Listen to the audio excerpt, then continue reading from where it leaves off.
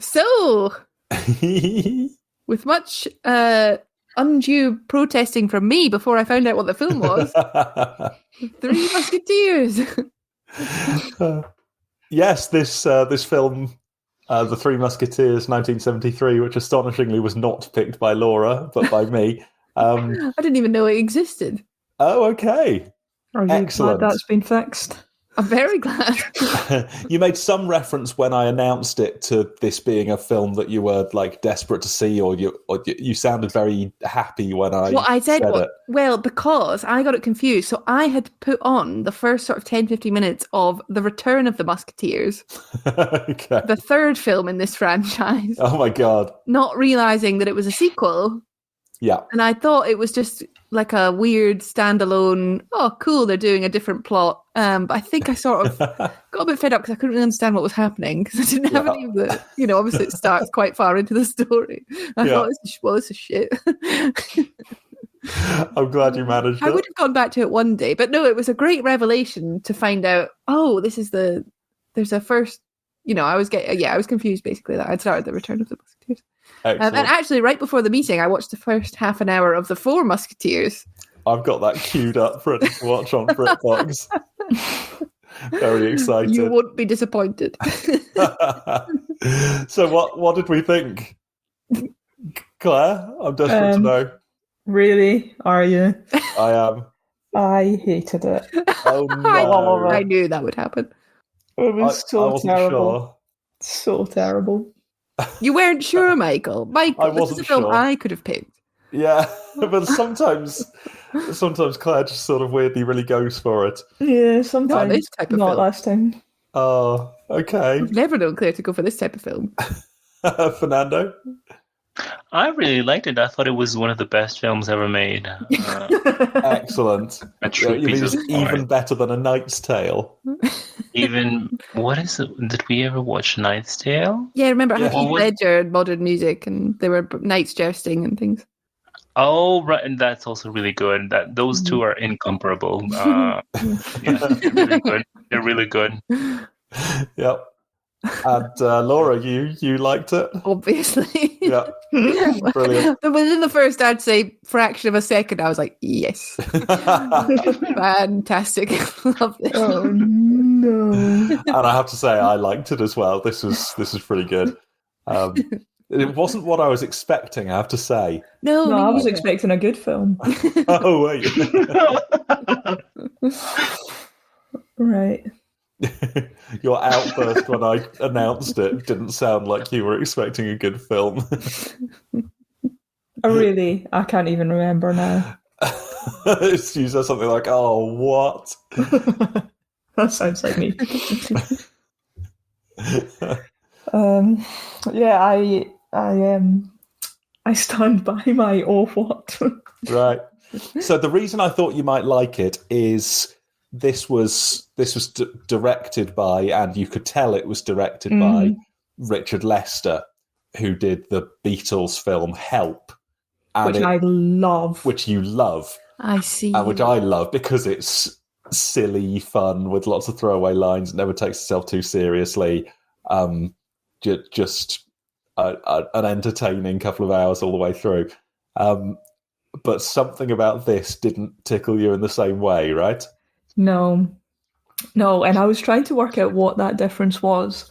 And I don't know if it's because I was already endeared to the Beatles before I watched the film. Therefore, I felt like I was sort of in on the joke with them. And this one, there were these characters I was supposed to get along with or something. But yeah, it just didn't work for me at all. The comedy it just seemed ridiculous, and not in a cool way. So I found it quite difficult to watch the whole thing. I'm sorry about that. I read this was meant to be a Beatles film. No. Well, I take it up with Wikipedia. Oh, so they would be the three Musketeers and D'Artagnan. Oh, that would have been brilliant. I wonder who would have been who. Oh, and then the Beatles broke up. Is that Ringo? Yeah, it's got to be Ringo. Yeah. Yeah, good call. I reckon George Harrison is Aramis. John Lennon is Athos. Maybe. Yeah. Athos is kind of like the leader, isn't he? Leaves Paul McCartney as Porthos. That's perfect. Yeah. I didn't really think they had a leader. Oh, I see. Athos is kind of the... Was that Oliver Reed? Yes. Yeah, he was the leader, I think. He was the sort of cynical, slightly hardened one, right? Yeah. Whereas Porthos was the quite silly... brash, sort of jolly thing sort of one. And yeah, Aramis was the handsome one. Pensive as well, I think. Yeah, okay. He's the one who's devoted to prayer and women. Oh, yeah. And where's... Oh, right, okay, yeah, that's definitely George then. Is that what you said? Yeah. Yep, I'm with you. Yep. Well, that's amazing. I was excited to cast ourselves as well because I did it immediately. And I'm wondering... Oh, we can do a lot with that. But let's save it for later. Okay. I'll look forward to that. Fernando, what was why was Claire wrong about this film? Well, I can maybe point out the best chess game ever played with animals. Yes, agree. Believe my eyes when I saw that. Like, best thing to ever be committed to film. Why don't we play chess with dogs? I think the end of the chess match showed why we don't play chess with dogs. No, I think the end of the chess match shows why we should all play chess with dogs. Yes, there we are. What else? Well, everyone seemed to be gay. I mean, Laura, you sound a lot like Fernando there.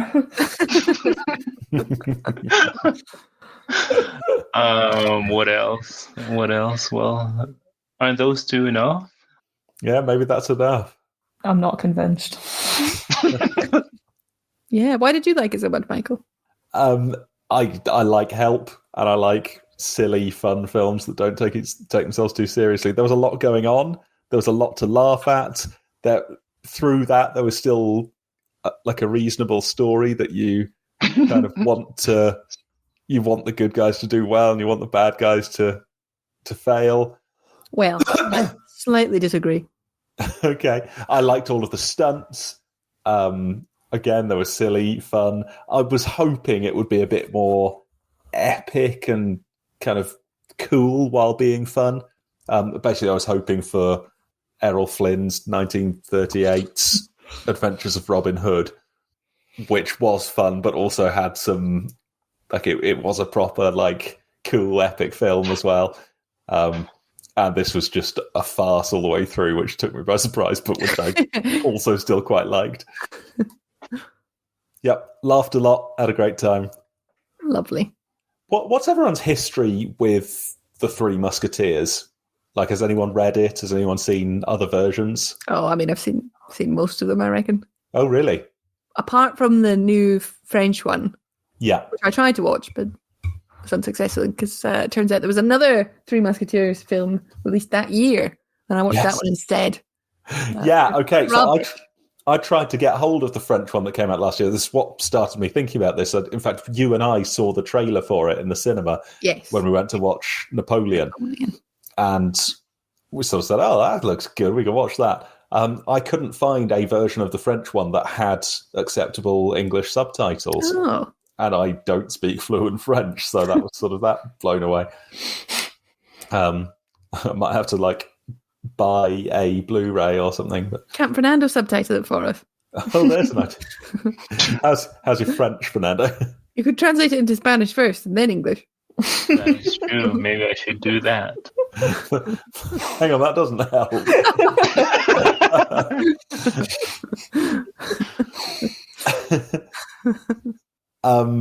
Yeah, I tried to watch that, couldn't. But while I was looking for it, I stumbled across this 1973 film that was apparently well received, and I thought, oh, that looks good because that'll be a standalone film rather than the first in a massive series I'm going to have to watch. And lo and behold, it ended with it saying, "And now, why don't you go and watch The Four Musketeers coming out this year?" Here's a montage of it. Yeah, excellent cheesy montage of it that made it look like a lot of fun. And I will be watching that. I don't want to spoil it, but the first one starts with a montage of the last film. It starts what? The Four Musketeers starts with a montage of the last film. Oh, perfect. That's what I want. Yeah, bring Last week on Musketeers. It reminded me of, like, there's not a lot of films that do that, right? I've never seen it before. Well, I think the second Back to the Future film tells you to go and see the third one that's coming soon, and has a little mashup of trains falling off things and him in the Wild West, which is, again, feels very weird and all over the place, but it's quite exciting, quite fun. And the other one I'm thinking of was James Bond films all end with James Bond will return. Ding, ding, ding, ding. Well, is that not a thing in the, what are they called, Marvel movies? They always do like that teaser at the end, don't they? Yeah. Oh, yeah, they show you a little clip. Slightly different though, I suppose. Yeah, it's hinting at something. From that scene never appears in the next film. It just gives you a I see. hint of what's to come. Yeah, it's not really a montage. Yeah. Also related, but not quite the same. Maybe The Matrix Reloaded and The Matrix Revolutions, because they both came out in the same year, I think. Yeah, they definitely went together as a pair, didn't they? But again, there was no sort of cheesy coming soon like trailer. Maybe there was. It was just hidden in the second film. Oh, I like it. Yeah, I never watched the credits all the way to the end. Right, what can we say about this film then? Where do we get our teeth into histories? Oh yeah, so Laura's a massive Musketeer head. I reckon I've by the seen sounds of it, versions. hasn't read it. Hasn't read it. 4 versions. I don't actually like the story that much, to be honest. I enjoy the capering. Going to England, get the diamonds back, turn them. I mean, I've seen it 3 times now. The 4th version, very different story. Oh. That was the 90s, hey? They were all on cocaine. I don't know about that one. Leo DiCaprio in, and let's have fun. Interesting.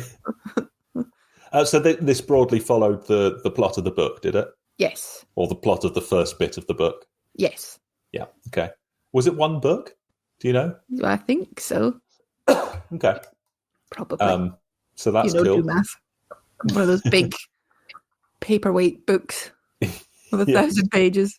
Massive made up of rambling short stories that don't go anywhere. 3 chapters about someone who dies in the first scene. Yeah, okay. Chapter describing someone's shapely legs in detail. Chapter that's people just shouting naval jargon at each other. Claire, any experience of Musketeers? No. Really? Okay. Yep, none. You didn't like them? I can't believe it. I don't know what to tell you. The concept alone is surely great. Sorry?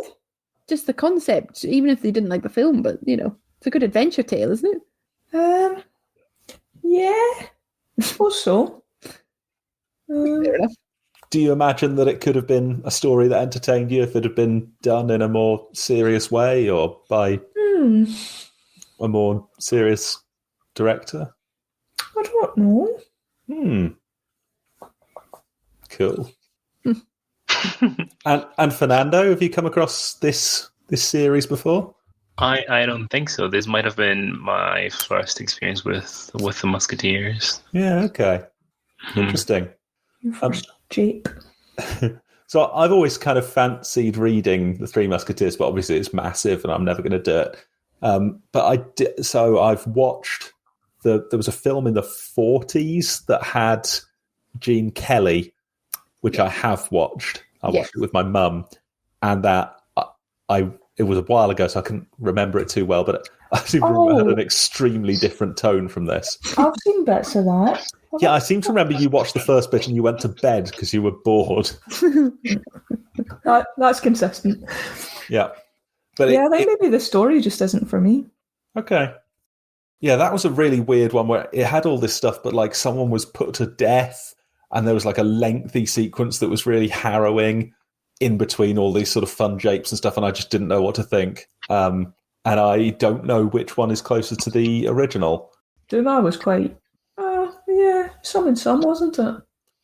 Because the Three Musketeers is sort of a byword for swashbuckling, jolly adventure. But Claire, Laura, out of the four, how many had this light-hearted swashbuckling feel? And how many had this completely farcical, ridiculous feel? So I'm trying to remember. I think because the 90s one have such distinct 90s vibes. Also, I was forgetting one. I think I've seen 5 versions now. Oh. If we're counting The Man in the Iron Mask, which I think we are because it's got Athos, Porthos and Aramis. Okay. I think The Man in the Iron Mask, 90s, it's very silly, but not on purpose, I don't think. It's no. Serious. That might go for the other 90s film, which is just The Three Musketeers, which stars, who's his name? Charlie Sheen? Charlie Sheen, that's it. Oh, no. So that gives it a sort of vibe. You can... So again, I think it does try and take itself a bit seriously. And then the modern one, I can barely remember because it was so crap, but it was not that lighthearted, I don't think. It was just a bit cheaply done. Okay. So these are the fun swashbuckling ones. The ones sort of, with the Gene Kelly and... But yeah, the Gene Kelly one has some random moments of really dark... Yeah, it was appalling. Yeah. I could only assume that it was because they had like vowed to stick to the original plot from the book. Yeah, I think so. For better or worse. Yeah. Also had Angela Lansbury in it, which is part of what really attracted me to it, but no, it wasn't up to much. Okay. Oh well. But this worked for you then, Laura, the silly interpretation. Yes, it did. I think it lends itself to humour. There's a lot of silly. The plot is silly. Yeah. D'Artagnan just falls madly in love with a woman. Chasing her around and just doing her bidding at her whim to save, a queen who's just having an affair, and that's who we're rooting for. For her to cover up her affair. I loved how D'Artagnan was the hero and was sort of almost naively loyal and honourable, but was also like so pushy with this girl that he'd fallen in love with. Who was married, actually. Who was married. Going after a married woman. Like, basically making no attempts to conceal this, even from the husband or anyone. Just, like, leaping on her, just completely going for it. No sense of, like, personal respect or boundaries with this woman. And fortunately, she just totally went along with it. His actions were those of a villain in another film. All the protagonists were. This is what I mean. Yes. All the protagonists were villains. They're all behaving one of my appallingly. Notes, grey morality of the Musketeers. I thought they were meant to be sort of Robin Hood figures, but I think they were more... I don't know. Totally just out for themselves. Yeah. But they had this strict moral code where they stuck with each other and they had a sense of honour, didn't they? But they just didn't have it all the time. Like if they vowed to do something that was sacred. They were happy to rob people in a pub. Yeah, exactly. Yeah, I don't know. D'Artagnan reminded me of Austin Powers in the... That's quite a good call, actually. Yeah. Oh, I see. He was one of the actors in Austin Powers, of course. Oh, Exposition or whatever his name is. Yeah. Oh, is this Basil Exposition? Basil Exposition. Michael York. But I am speaking to you, sir. Turn if you're a man. Let us see you laugh now. Ah!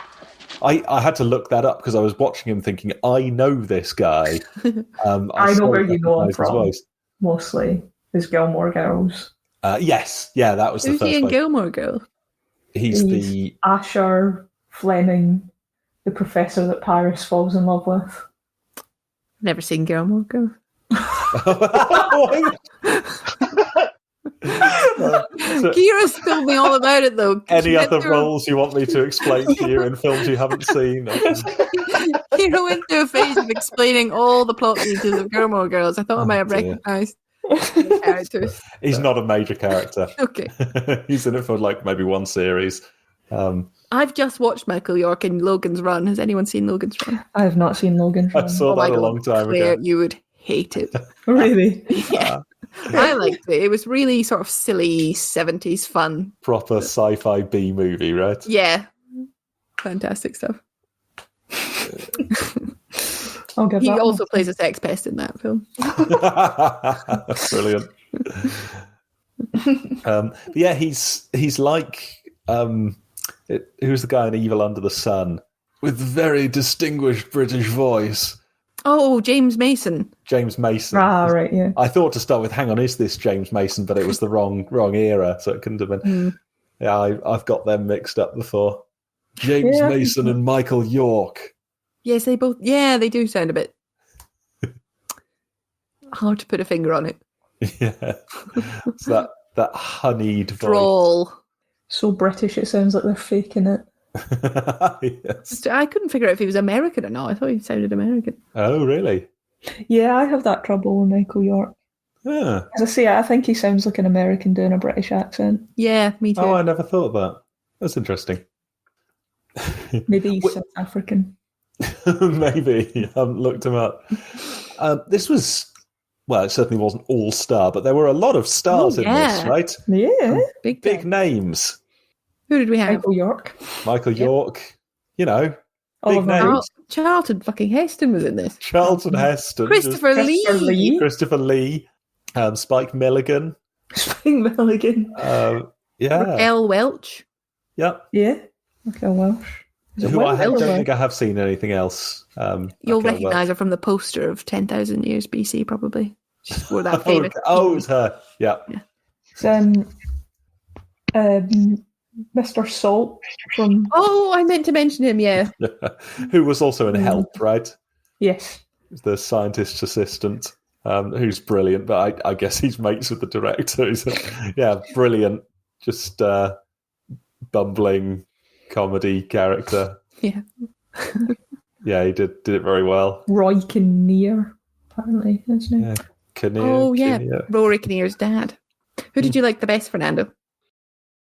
Whom did I like the best? Let me see. Let me think. Was it the French king? It was not the president, right? He was the king. Yes. I think I liked the best. Oh, he was good, wasn't he? Yes. What a joke of a character. He was highly displeased because. But yeah, I did like him. It reminded me of Alec Guinness's. Yeah, me too. Charles. Instantly thought Alec Guinness, King Charles. How far away are we from the French Revolution here?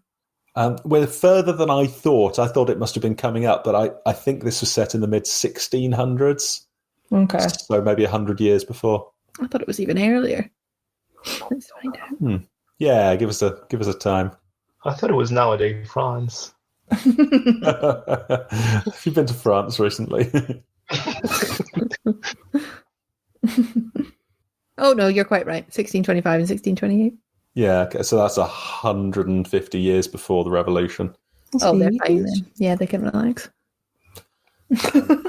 But however, I think the storyline, even just the basic outline of the story, seems to betray a revolutionary attitude on the part of the author. Would you agree? Then why do we care about the time period? Isn't this supposed to be like fiction?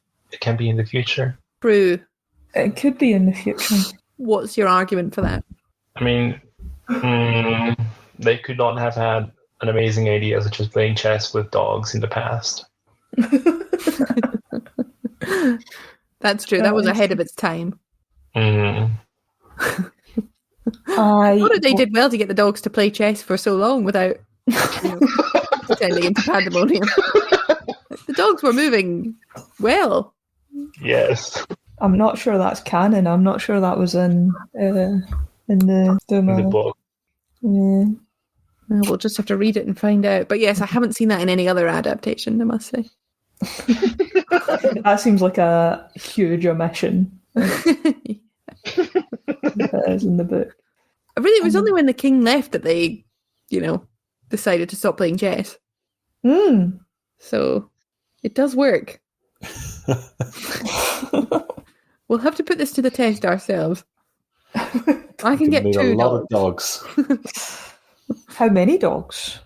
There's no way of knowing. What were we talking about? Was the author a revolutionary?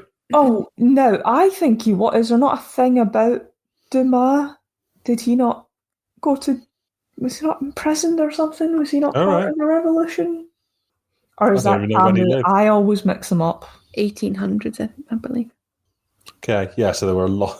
I think most people were in prison at some point in the 1800s, weren't they? They went through a lot of different regimes. But yeah, not knowing anything about Dumas, I would have guessed that he wasn't too keen on the monarchy. I think he was part of it. I mean, he was definitely involved in the Napoleonic Wars, but I can't really remember. Okay. Also, his mother was a black slave. Yeah, really? Okay. Yeah, that is him then. Wow, that's amazing. So the Count of Monte Cristo begins at the very end of the Napoleonic Wars, doesn't it? Yes. Mm-hmm. Yes, and I know that because Napoleon features. Yes. Yes, and he goes to prison and then doesn't hear about, or he goes to prison just as Napoleon is coming back to power, and then Napoleon's ousted again 3 months later, and he only discovers this after he's out of prison or something like that. Yeah, that sounds right. Can't remember the details, but yeah, so he was writing after Napoleonic Wars. But yeah, it felt like he was part of the revolution that ousted Charles X and replaced him with Louis Philippe. All right. In 1830. Yes. Yeah, okay. I'm on the Wikipedia now. Apologies. Cool. I don't know any of this. That's good to know this stuff. So that was after the monarchy had been restored, and before it was sort of removed again. Yeah. So just to point out how ridiculous it is, I said I sometimes mix him up with Camus, who was not born until 1913. So that's how far off I was on which one of those might have been involved. And also, he was an African footballer, right? Camus. Oh, maybe I'm thinking of Canu. All right. Oh, because the only book I've read was set in Algeria. I thought you were. Oh right, no. Okay. So definitely a different guy. Yeah. Cool. Well, that was a fun segue. Yeah.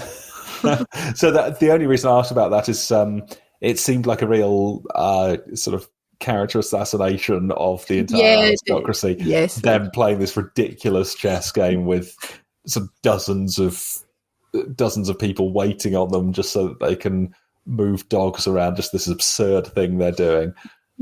Their falconry, I'm trying to remember what happened now, but that they had these falcons and they were deliberately releasing birds only to have them captured immediately by a falcon. Is that a thing? No. Wouldn't surprise me. I mean, it's definitely a thing that they people keep falcons and fly them around. But I think this is meant to be just an absurd, what a stupid, ridiculous pursuit. It's just them.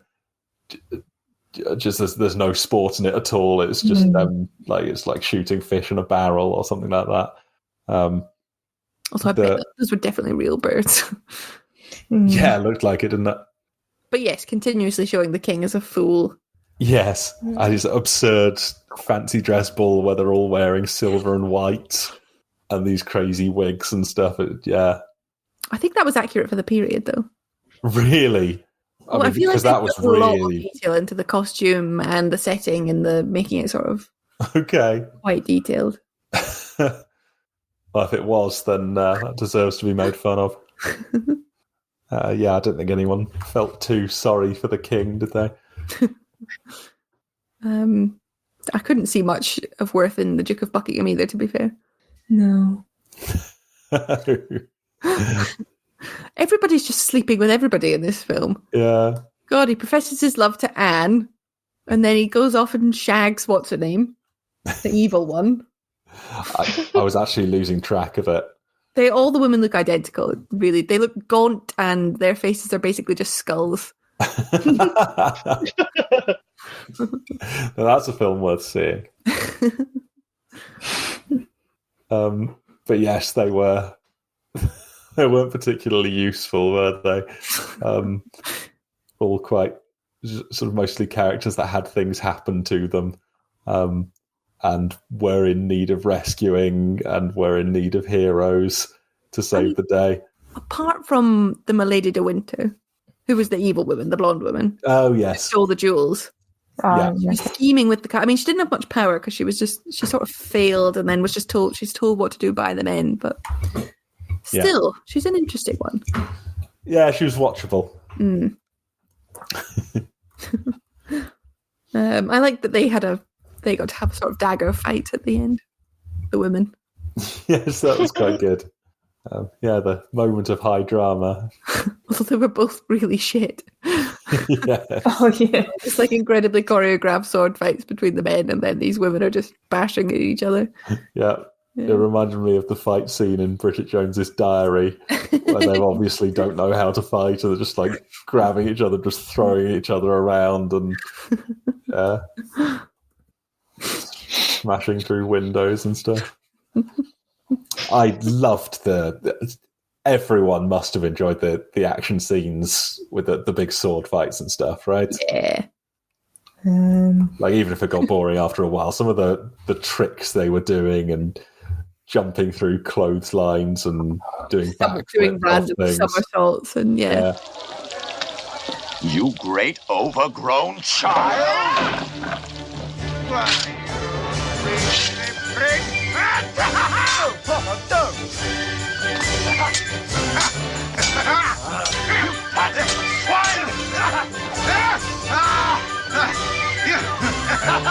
Overdressed pumpkin cake!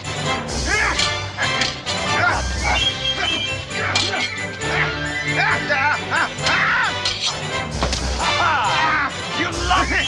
Come here! Come back, you rabbit! As entertainment, right? That's cinema, baby. Show me the money. I like to see men having fun on a set. Getting into their costumes, doing some role plays, and having a good time. Yeah. Yeah, I could almost believe that they didn't need paid. They just wanted to do some silly stuff. Mm-hmm. But they were lavish scenes as well. It must have taken a lot of work getting all of those just right.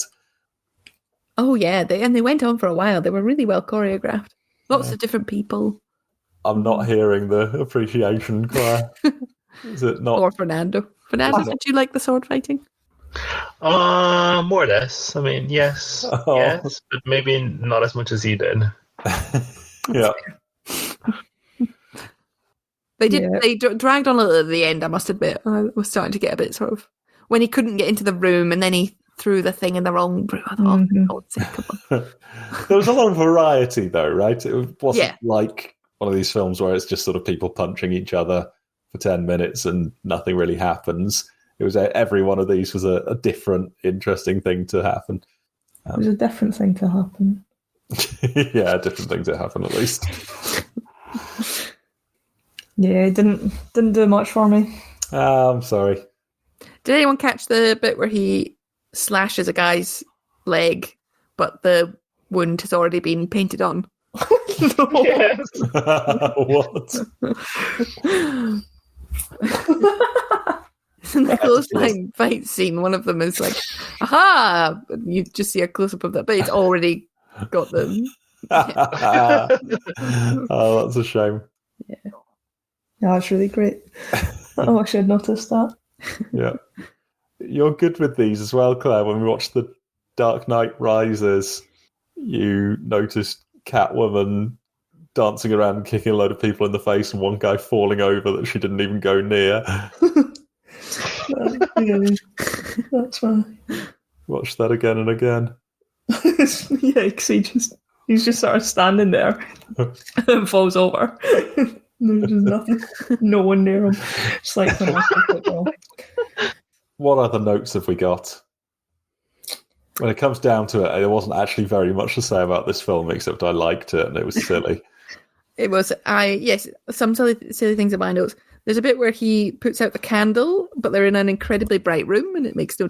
When they're hiding, he runs over and puts out the candle. But obviously, I think this was a feature of the room that we were meant to use our imaginations to imagine they were in greater darkness than they were, because obviously there was a scene in the forest where they were holding lanterns. Yeah, they can only. You had to imagine that they could only see each other when they were shining the lantern on each other, because they were. We could see them in perfect brightness, just wandering around pretending that they couldn't see each other. Yeah, that was silly.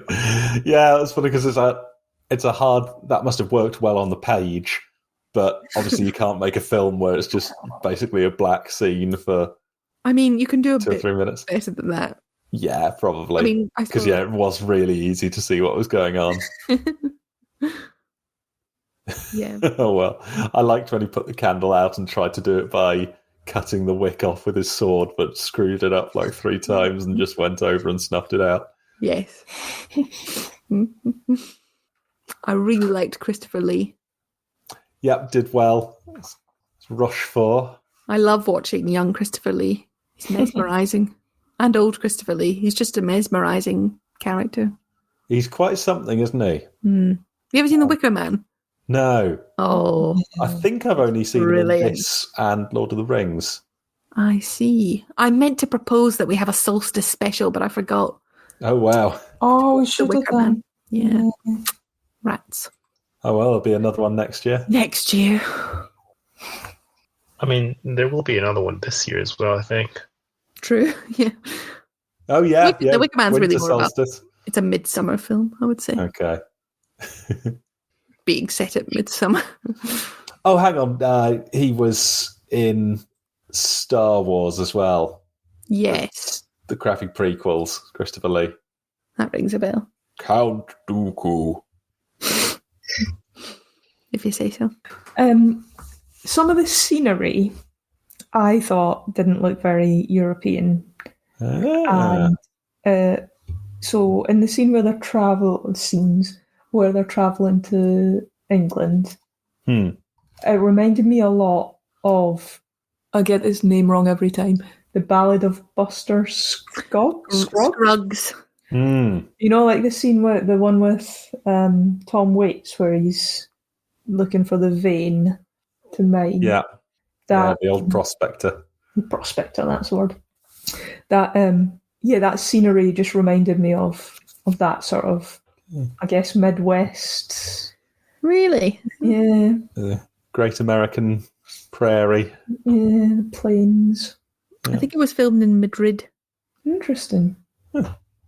Madrid, yeah. So Spain is an odd one. Whenever you guys ever played GeoGuessr? I have done. No. Wait, have we played it together? Oh, maybe we have. You get dropped in a random place in Google Street View, and you have to guess where you are. But at any time, Spain, it feels like all bets are off. There's so many times I can pick all sorts of places around the world, but it turns out to be Spain. So maybe it's the same thing, Claire. There we go. Yeah, it's not just me. Why did they film in Spain and not France? Or not England? They wanted somewhere to stand in for medieval Paris, didn't they? Or for like early modern Paris. And probably real Paris is too busy and full of people, so they needed to go somewhere else. Could have gone to the French countryside. Yeah, why go to the Spanish countryside? Does make the countryside, you're right. I suppose I don't know if it was Madrid or this is Segovia in Spain. Huh. Who knows where that is? Wherever that is. Do you want another interesting fact from Wikipedia? Oh, do I? I'll get off of. It was meant to be a 3-hour epic included an intermission, but they couldn't finish it on time, so they just at the last minute decided that it would be 2 short films. Oh no! Some of the actors didn't even know this and went to the Paris premiere and were very angry because they'd only been paid to make 1 film. Apparently. Jeez, imagine going to the premiere and then seeing that they were going to make another one. That's quite good. So now there's a thing called the Salkind clause, or Salkind clause, so that productions can't be split into film installments without contractual agreement. That's interesting. Well, a piece of cinema history right there. Wow, fun. I wish it was a 3-hour epic film.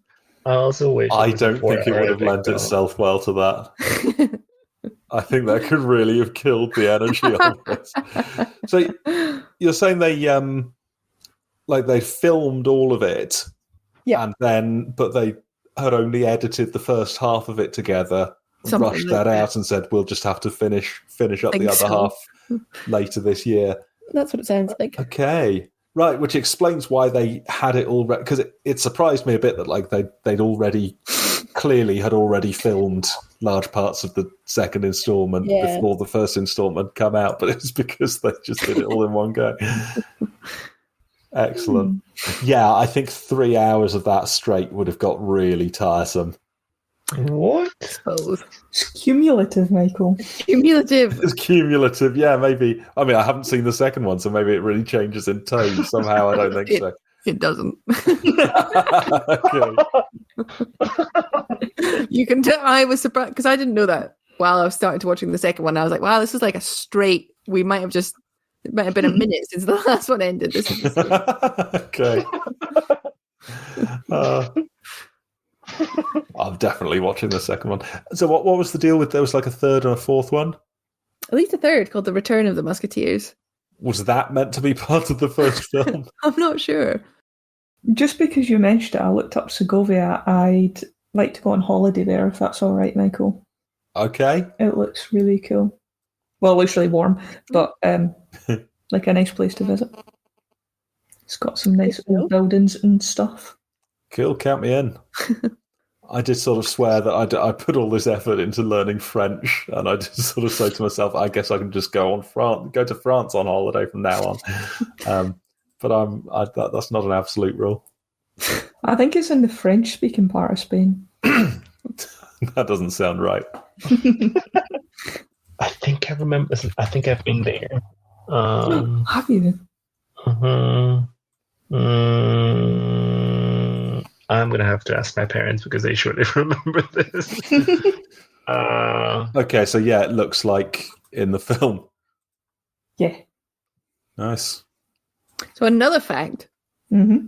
Great. Well, so the Return of the Musketeers was filmed in 1989.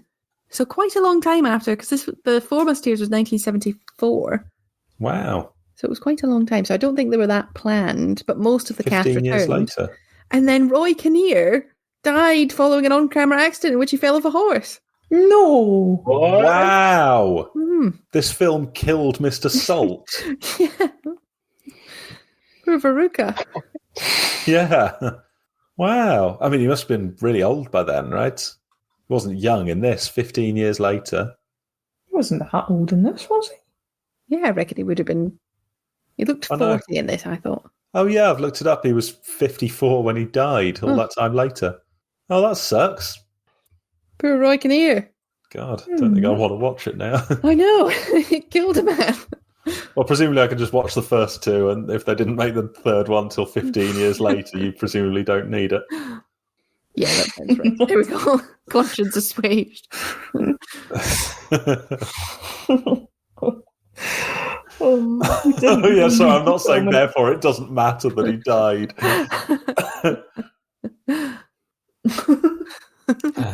Not only did you die making a film, it's a film that Michael doesn't even think matters.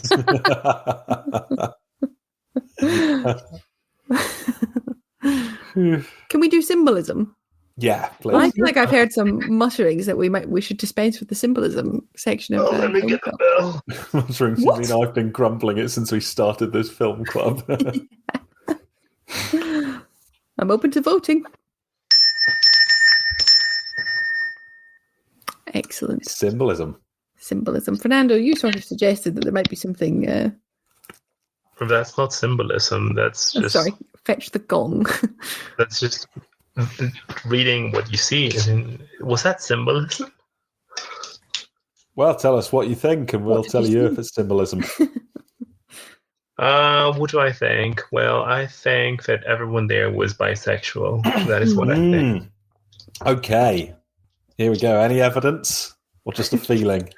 Well, the costumes, the way they were speaking, the multiple colors, yeah, all of that.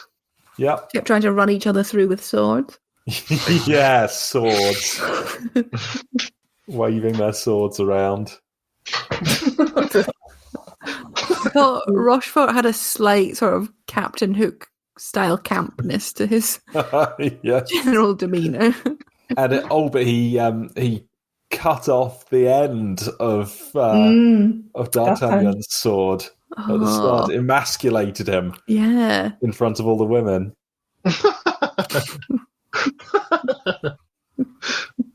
Not that stopped him. Yeah, well, he got a new sword when he joined the Musketeers, right? Prosthetic. Yeah. I was thinking he just sort of regained his masculinity. More like he's va-va-voom. He's va-va-voom. He's je ne sais quoi. Yeah, I think we're doing well here. Yep. So do you think the chess dogs are symbolic of the entire revolution? Yes. The dogs are the people that were involved. And then it all descended into chaos when there wasn't a king, wasn't it? Yeah. Perfect. Yeah. Or... yes. The dogs were being restricted by the monarchy from following their true nature, which was to gambol and play. Yeah, oppression. It was oppression of the dogs. I mean, it really actually was oppression of the dogs, wasn't it? Yeah. Also represented oppression of the people. There you go. Yeah, I'm with you. Yeah, I'm convinced. Done. Yeah. Nailed it. They're all gay. Something about the king. Yeah. I've run out. The diamonds. Oh, the diamonds. They're definitely something. But what? Well, I mean, it's got to be something sexual. It's always something sexual, isn't it? So it's true. So the diamonds were given to her by her husband, the king. She received love or trust or something, and she gave that trust away. It's like that song Last Christmas. Yes. I gave you my heart, but the very next day you gave it away. That's what she did with the diamonds.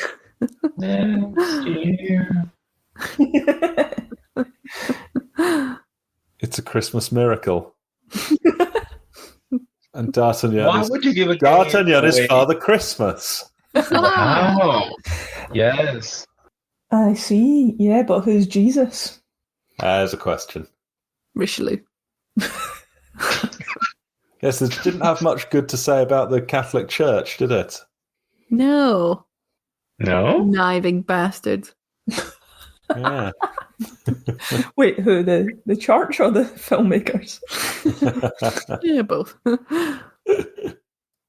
So you have cast us in the film? Yes. I thought, okay, are we ready for this game? Yeah, let's go. Okay. Claire is Athos.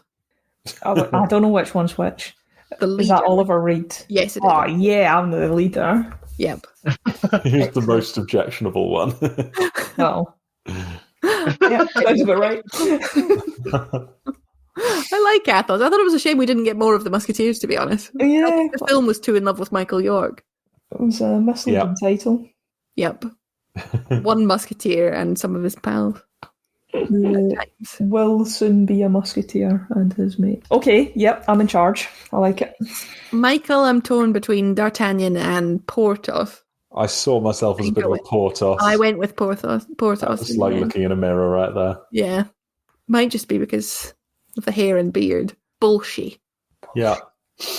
So, Laura, I think you're Aramis. Oh, I put Fernando as Aramis. I have Fernando as D'Artagnan. Well, this is interesting. I thought Aramis had a gentle, pensive quality about him. Yeah. Exactly. No, D'Artagnan was a... Oh, maybe you're right.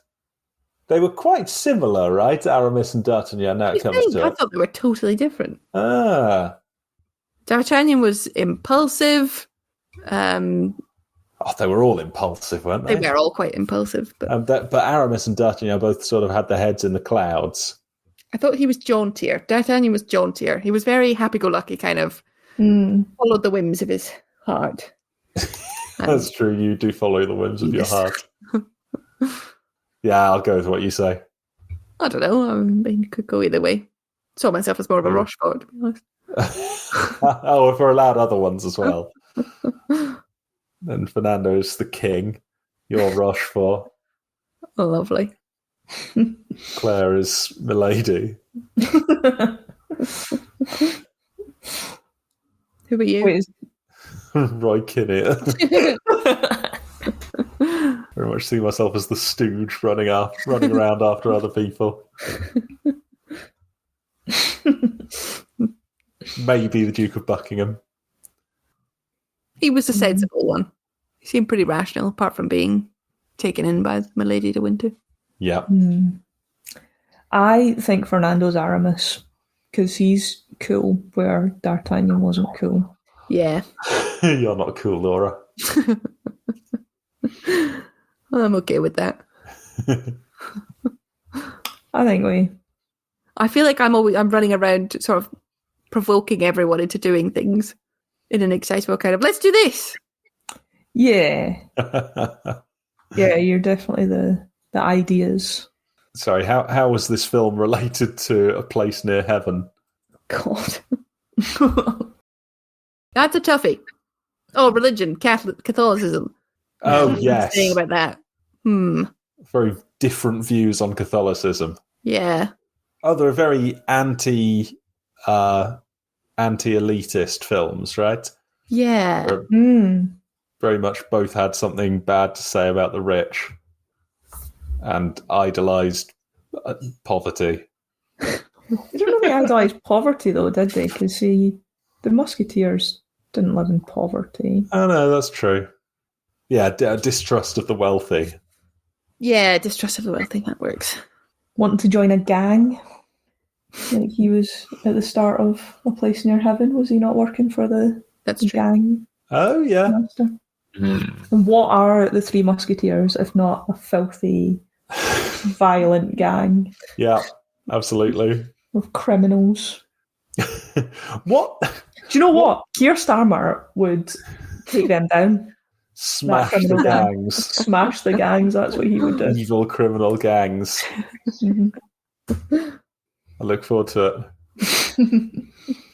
What was their job? They were musketeers. It means they fire muskets, right? Big guns. Yes. So were they part of the army? Were they under the were they the king's troops? That's what they didn't seem to have like a superior officer who was asking them to do stuff. They just got a uniform and a sword and did whatever they felt like, right? Yeah.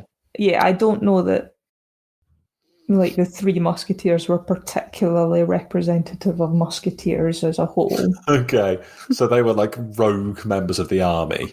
Yeah. Brilliant. I think. It was like a role in the army. It was like a centurion or something, or like a rifleman, or I'm sure a musketeer was just one of the guys that had a gun when most people didn't have a gun. Yeah. Didn't do a lot of musketry, did they? No, well, it would have been a much sadder film because they just have shot everyone. Yeah, that wasn't. You wouldn't have the same. Not a lot of dashing fights and daring do. Far less japery. Just walk in with a gun and give me all your money and then walk out. I tell you what, they had a very strong sense of professional identity, though. How do you mean? I mean, they just loved being musketeers. They were talking about it all the time. Being like, that's not what a musketeer is all about. You'll learn, don't worry. Oh, heart of a musketeer. And why not? I think we should possibly take on a new Mutiny on the Bounty-esque attempt. Watch all the versions. Watch every version of Three Musketeers. I don't think I've got it in me. I tell you, the plot becomes pretty repetitive once you... I bet. If there's a version with Marlon Brando, I'm in. There probably is. I can just feel myself falling asleep watching it. Well, you know it can't be more than 1 in 4 of these films, right? So you'll be okay. What do you mean there's 2 of you? That's true. No, I've not bought in. On the strength, I mean, this was good. I don't know if I want to watch it again and again. And the one with Gene Kelly was a disaster. And all I've heard about other ones is they were crap. So, I'm not... However, do kind of want to read it now. Well, if the Count of Monte Cristo is anything to go by, it'll be quite a good book. Okay. Oh, well, who knows? Start a secret book club. I've run out of things to say. Me too, but we've had quite a long meeting. Okay, well, so, I guess we did have something to say. Done. Bam. Shall I play the music? Yeah. Yeah.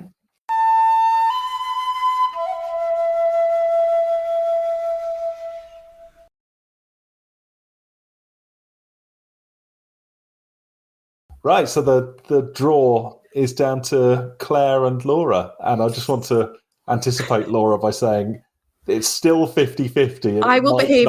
I'm behaving myself this time. Thank you. We've witnessed you have a very slow breakdown over the last 2 or 3 meetings. I had a reflection. It will be my turn eventually. It will. If it's not this time, it will be definitely next time. Yep. And you've now, by the way, built it up so much that I'm nothing short of a masterpiece will be an acceptable choice from you when it is your turn. I hope there's an appetite for the Nutty Professor. I was so close to picking the Nutty Professor last time. And I'm shocked to discover how close my pick eventually was to the Nutty Professor. I thought this was going to be very different. I'm not convinced it was. I thought we agreed to save the Nutty Professor for when one of us dies. Oh, yes, sorry. Shall I count the 2 of you in? Yes. Yes. 3, 2, 1. Paper. Damn it. Oh, Claire's got it. Yes. We'll have to wait one more time for Laura's. So fine with this. So I don't mind. Cool. Well, so one that's been on my list for a while, and I feel like in the context of your recent trip to Warsaw, I will suggest The Pianist. I have never seen. 2002? Yes. Pianist. I don't think it's a light film. It might contrast quite a lot to... Yep. I'm going to have a fun time connecting these next time. Yeah, Jesus. Pianist, 2002.